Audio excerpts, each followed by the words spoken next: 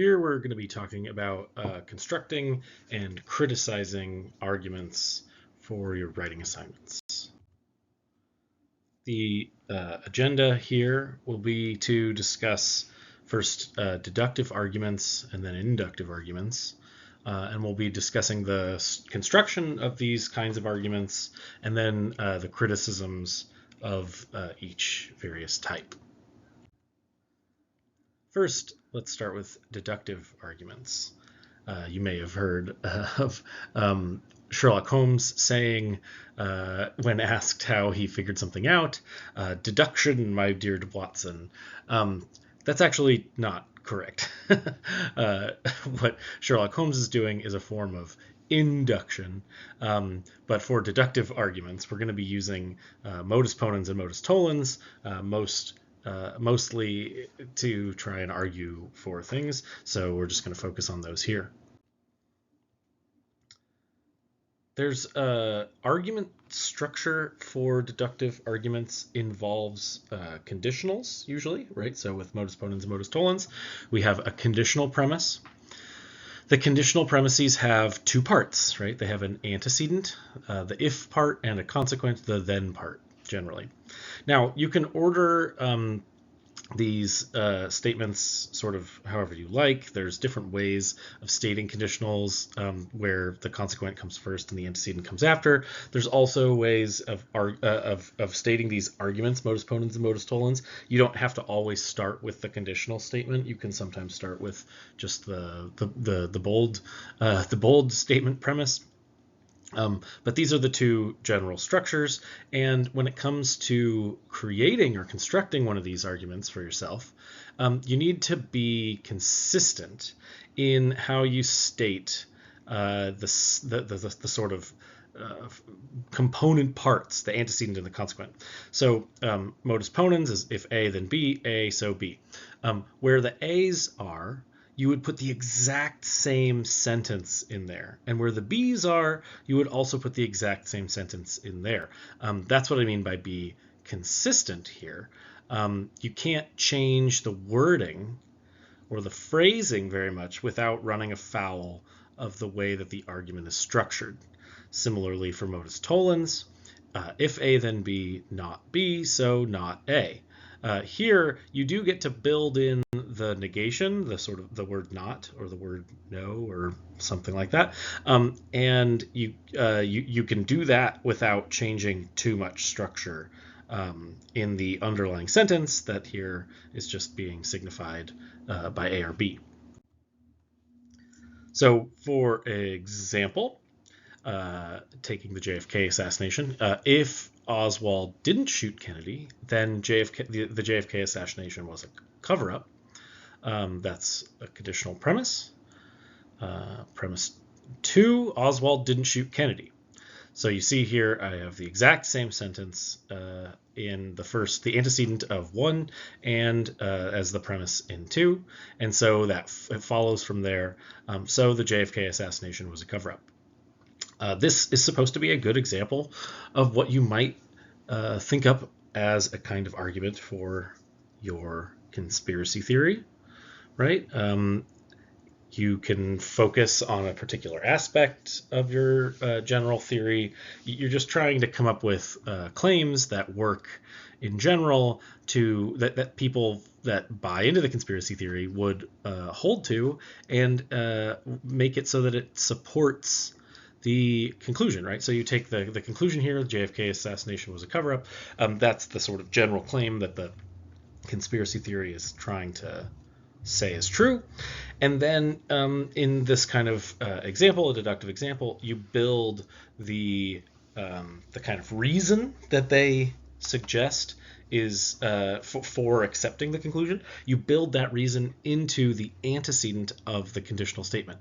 So in this context, right, the reason would be Oswald didn't shoot Kennedy, and the thinking behind that is, pretty complicated. There's lots of stuff going on there that has to do with evidence, for there being two gunmen on the grassy knoll, or stuff like that.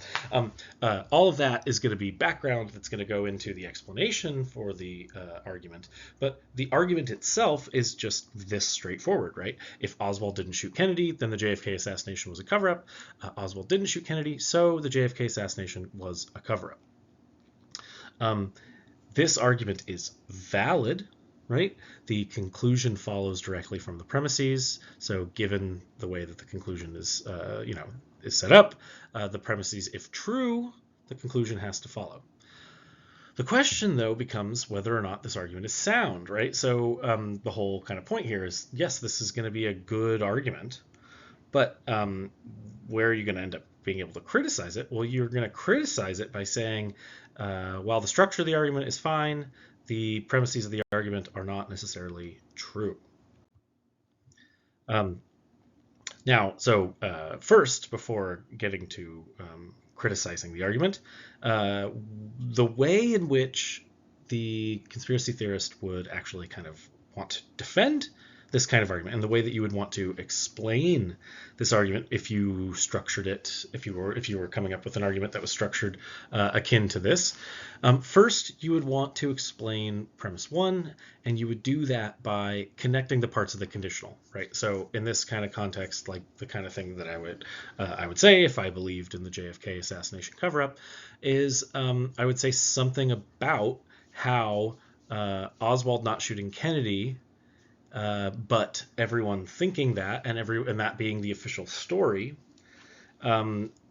leads us to believe that the JFK assassination was a cover-up, right? So the idea is like, look, if Oswald didn't shoot Kennedy, then there had to be a cover-up because there had to be two guys on the grassy knoll, and then the whole Warren Commission is a sham because they claim that Oswald shot Kennedy and claim that there was all this evidence for it, but so on and so forth. And then premise two here is just the bold statement that Oswald didn't shoot Kennedy. And so here for premise two, the explanation or the backing up of that would be the evidence for that premise, right? And so that's how you would actually kind of try to defend this style of argument, right? When it comes to the conditional premise, you want to explain the connection between the antecedent and the consequent and why that connection holds.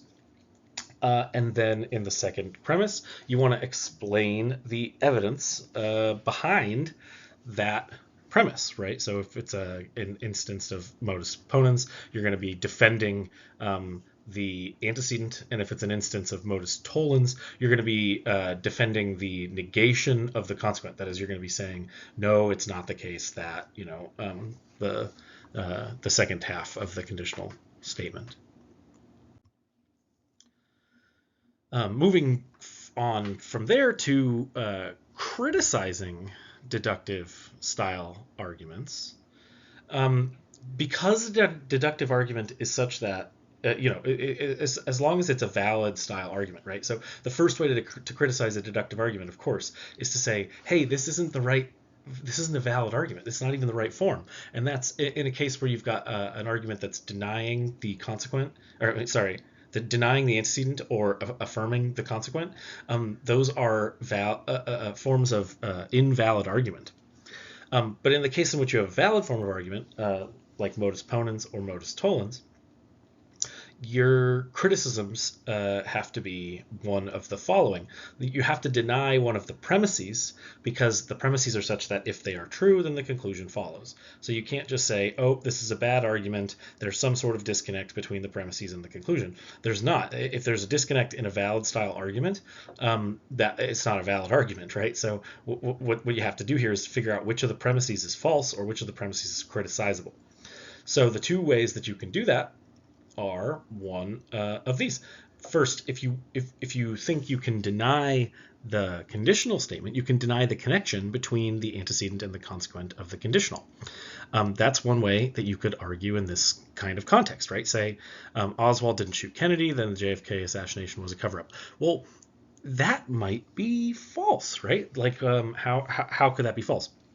Well, there's different other possible ways in which it might be true that Oswald didn't shoot Kennedy, but that the JFK assassination wasn't a cover-up, right? Situation in which there was guys on the grassy knoll, but there was just such gross incompetence in investigating the assassination that they caught Oswald, and like, maybe he was involved, maybe he wasn't, but he didn't actually commit the shooting. Somebody else did, and there was no cover up. There was just a gross bungling of the situation. That's a possibility. If that was a possibility, then there would be reason for thinking that premise one is false. Or another way to critique this argument would be to reject the evidence for premise two. Rejecting the evidence for premise two would be like, whatever the evidence is that Oswald didn't shoot Kennedy that somebody might promote to you, you'd say, there's holes in this story, this evidence isn't very good, it's shoddy, or there's reasons for disbelieving whatever evidence there is for whatever reasons. Now, I'm telling you all this not to give you reason to think about the JFK assassination as an example, but just to sort of give you a model for how you might actually run your criticisms of your argument if you chose a deductive style argument along these lines. Here are a couple more examples to think about that use deductive style arguments, right? So the Egyptian aliens, right? The aliens create the pyramids. Here's the premises. If the pyramids were built by humans, then we would know how they were built. Premise two, we don't know how they were built. Conclusion, so the pyramids were not built by humans. That's sort of a way of structuring this kind of argument, right? This is what's called a modus tollens style argument. We've got the conditional premise, and then we've got the denial of the consequent, the negation of the second half of the if-then statement. And then what follows from that, the conclusion, is the denial of the first half of the conditional statement, the denial of the antecedent. Now, in this kind of argument, if you were to defend this argument in the first place, you would want to make a connection between the pyramids being built by humans and how we would know that they were built. And then you would want to give evidence to the effect that we don't know how the pyramids were built. And then in critiquing this kind of argument, you would want to explain, how it's possible, maybe in the first, if you were to deny the conditional statement, you would say how it's possible that the pyramids could be built by humans, but we wouldn't know. We don't know how. Or you could deny that we don't know how the pyramids were built, right? You could say, no, look, we do know how the pyramids were built. We're just not sure about the specific technique. There's lots of different ways that the Egyptians had available to them, and we just aren't sure which one they used, but we know that they used one of these. Something like that, right? So that's how this kind of thing could go. Another example, the Princess Diana case, right? So if the royal family thought Princess Diana would expose the dark secrets of Prince Charles, they would have had reason enough to have her killed. Premise one. Premise two, the royal family did think Diana would expose the dark deeds of Prince Charles, right? So here the word did gets added, but that's just to sort of make it clear how this argument is supposed to go. And then the conclusion, so they had enough reason to have her killed. And then finally, this other style of argument, and these are all supposed to be examples, right? So there's lots of ways to both defend these and criticize these, and these are just examples of arguments that you might give, and the way that you would structure them. The final one, Lucifer here. If you've ever been to the Denver International Airport, you'll know what I'm talking about. So the Denver Airport underwent extensive rebuilding that seemed unnecessary. Then that's sort of just the bold statement. Then the conditional statement comes after that.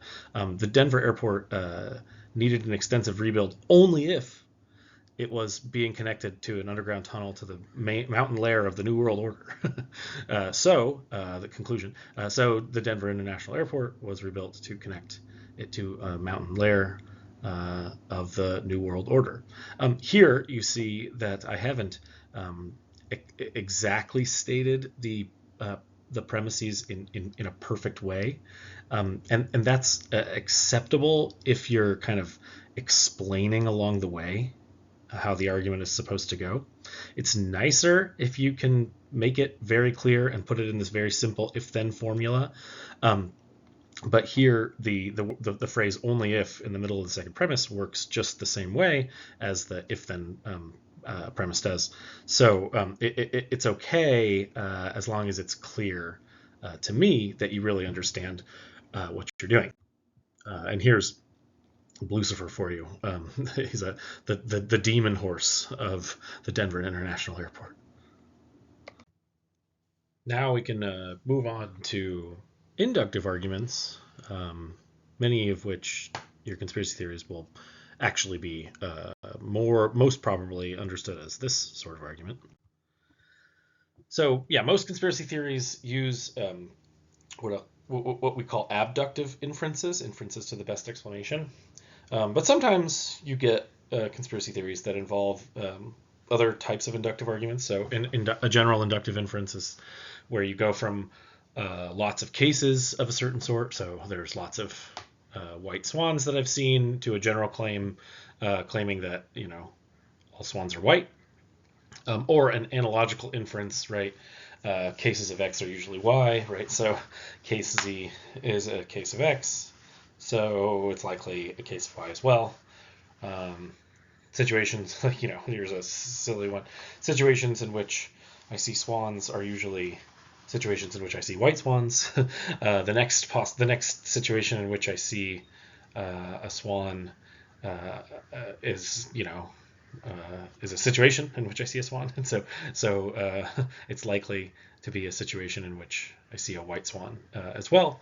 Analogical inferences work in lots of different ways and are a little bit more complicated to sort of give a general explanation of, but you can read about them, and if you think that your argument fits that structure more plausibly than anything else, then you can come bring it to me and we can discuss it. To criticize inductive arguments of different sorts, for inductive, just general inductive arguments, you usually want to end up pointing out flaws in the sample size, right? So to make a general claim on the basis of lots of individual situations, this is how science often works. And so it's not how conspiracy theories often work.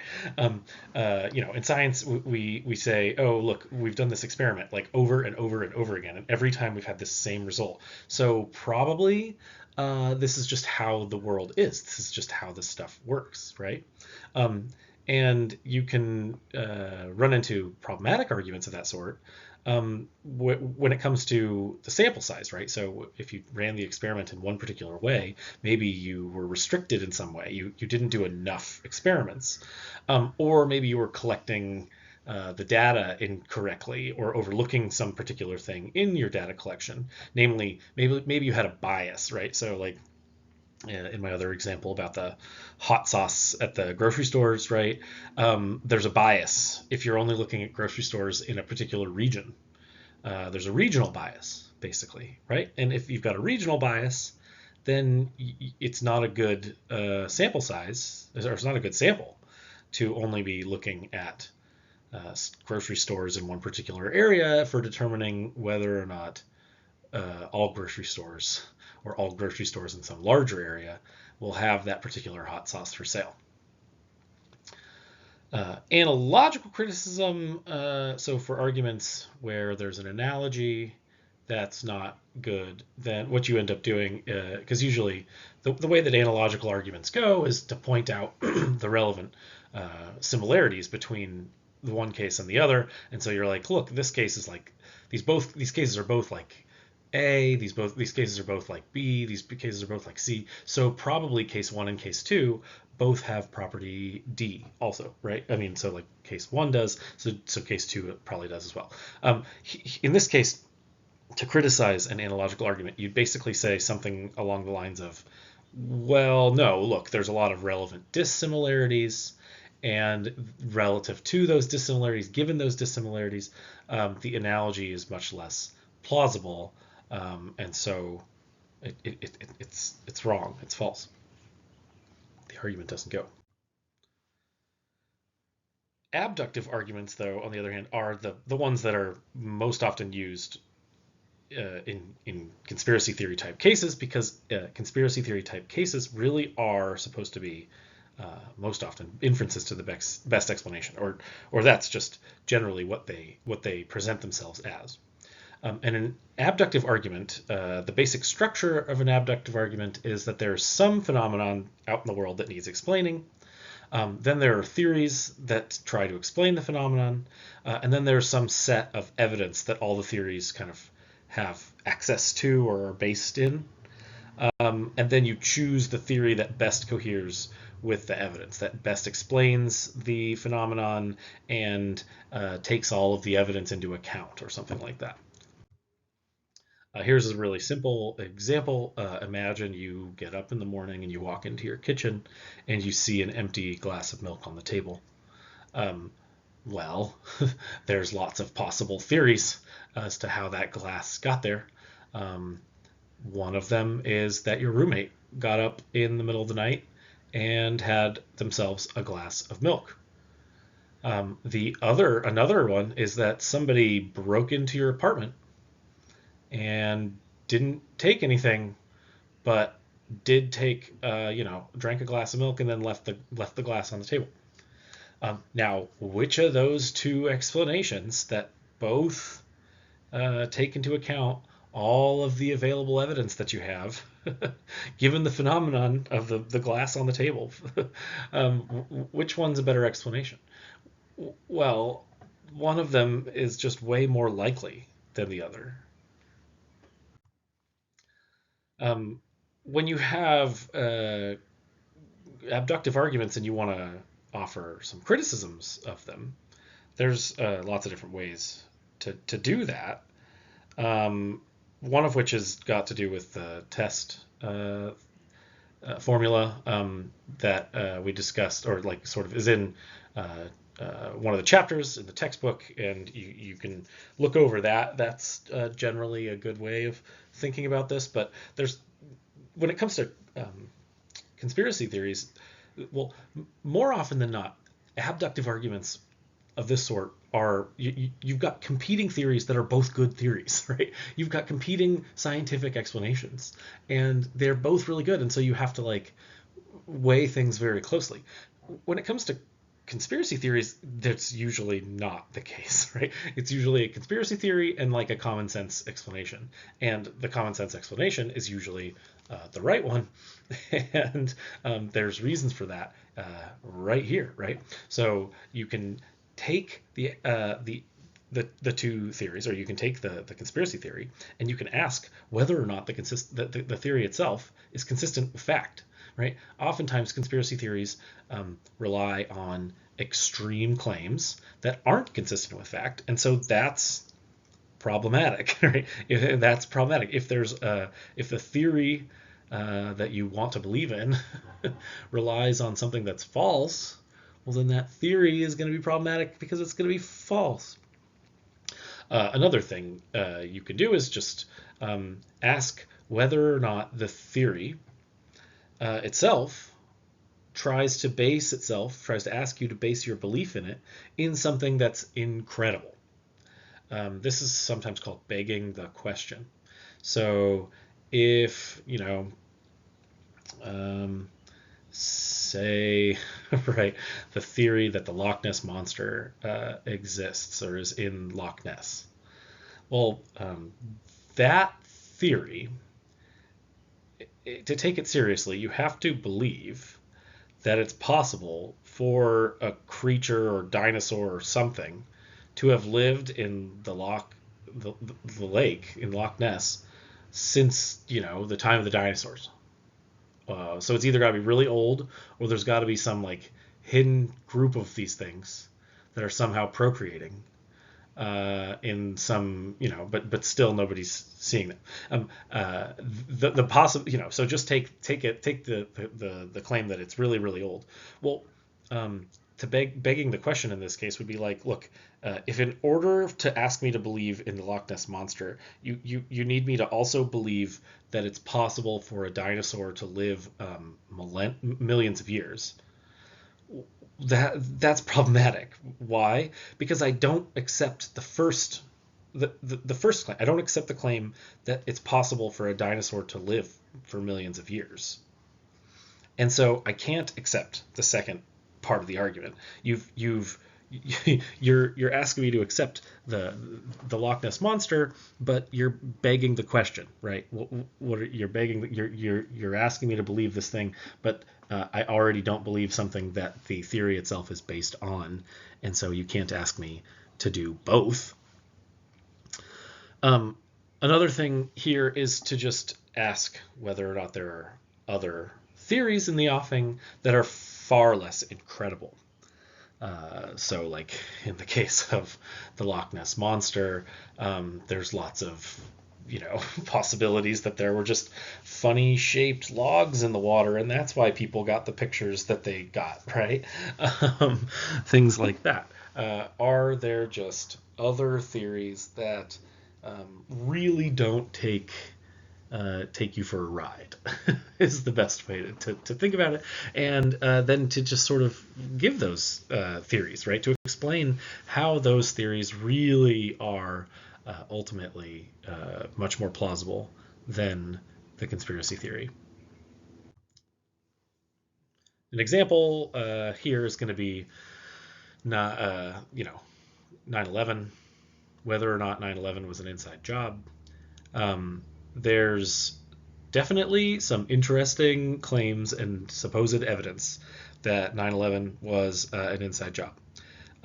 But right, there is a much more simple and plausible seeming explanation that is more in line with what the the government has said and the news media believes actually happened, right? Having to do with bin Laden and Al Qaeda and people coming here and trying to commit a terrorist attack. Now, sure, there are other crazy seeming facts, like the fact that somebody took out an insurance policy on the Twin Towers not very long before they were attacked. That seems pretty suspicious, but it's also totally within the realm of possibility, right? I mean, like, imagine the guy had taken out the insurance policy like 5 years before instead of less than a year before. Wouldn't it still have been just as suspicious seeming? Like, maybe it's a little bit less, but it's still like, oh, he just took out this insurance policy not that long ago. I mean, yeah, problematic. But there are other theories in the offing that are simply more plausible than the conspiracy theory. Or take the case of homeopathy, right, where there's just a straight up case that is a better explanation, right? Homeopathy, you take this super tiny amount of this thing and mix it in. Well, there's the what's it called, the placebo effect. That's a possible better explanation for why you got better. Another possible explanation for why you get better is that you just got better, and it has nothing to do with the homeopathic remedy that you took. All of those are possibilities. It's a very silly idea to think that giving you a little bit of what maybe made you sick is actually going to have this effect, or a tiny bit of medicine that's somehow going to have a larger effect because of the minute amount that you've been given. That's just how homeopathy goes. So, in general, these kinds of cases, this is just how this sort of thing goes. It's worth giving the arguments in this way, though. So the conspiracy theory is supposed to say, hey, that all of this evidence is best explained, right? So like all the evidence that 9/11 was an inside job is best explained by it being an inside job, right? All of this stuff seems to have happened, and so it looks like it must be an inside job. But then there's another explanation that's sort of right there in the offing as the criticism, which just says, hey, no, that's not right. There is just this other, more plausible sounding and more probable explanation, and that one can be taken more seriously, and that's going to be how you critique the abductive argument. In conclusion here, I just want to give a couple of notes about your writing projects. So be sure, I think, to choose one of these arguments for your paper, and then use the form of the argument and try to emulate that style of argument in your writing. And then the examples here are really to try and help you figure out how your argument should be structured, and how you can go about criticizing that argument after the fact, right? So you really want to figure out how best to structure the argument for the conspiracy theory, and then how best to figure out how that argument can be denied. And each of these, theories along the way has different, ways of doing that. And then I want you to come and meet with me in office hours if you have any questions, or you're confused, or you're just unsure about how your argument should go, or how you should criticize it.